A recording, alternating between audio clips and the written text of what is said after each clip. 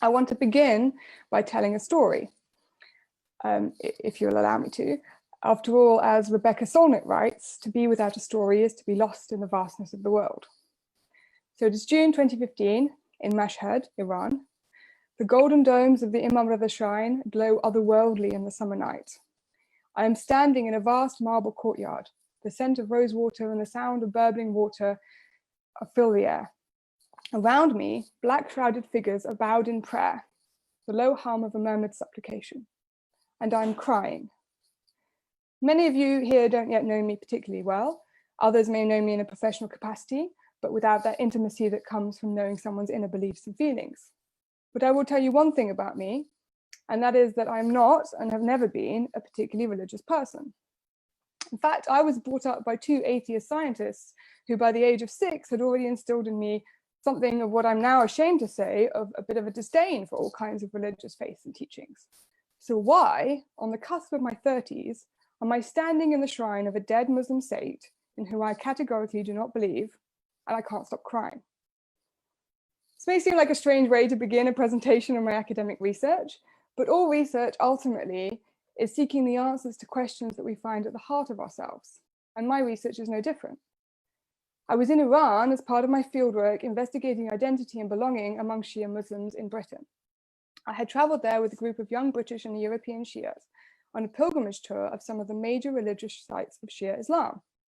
Instead, I was confronted not only with the liminality of these young Western-born Muslims trying to find a place for themselves in a changing world, but also with my own complicity in the system that works to make them other, suspect, and threatening. So on an empirical level, my past and current and hopefully future research examines changing modes of identity among Shia Muslims in Europe. Individuals who are both here and there, caught between multiple and often contradictory worlds. But on a deeper level, it always also seeks to understand what it means to belong in the contemporary world. The case I've chosen to explore these issues is of practicing Shia Muslims in Europe. These are the minority within a minority, a community on the fringe of an already marginalized and stigmatized community, that is, Muslims in Europe more broadly.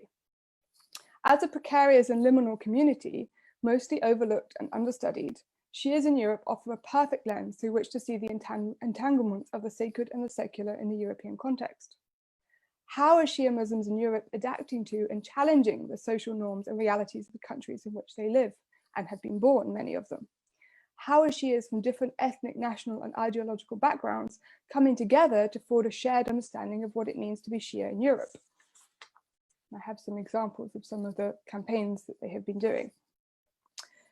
In what way does the idea of a European Shi'ism, something that many of my interlocutors have spoken about, unsettle long-standing assumptions about race, culture, ethnicity, religion, and citizenship?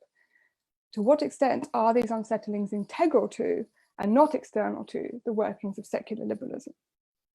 If a self-declared secular liberal agnostic such as myself can cry when faced with the raw effective power of religious faith, then what does this say about a liberal discourse that has worked to silence this power? This is something I'm trying to figure out through my research. But ultimately, of course, this research is about the lived experiences of practicing Shias in Europe.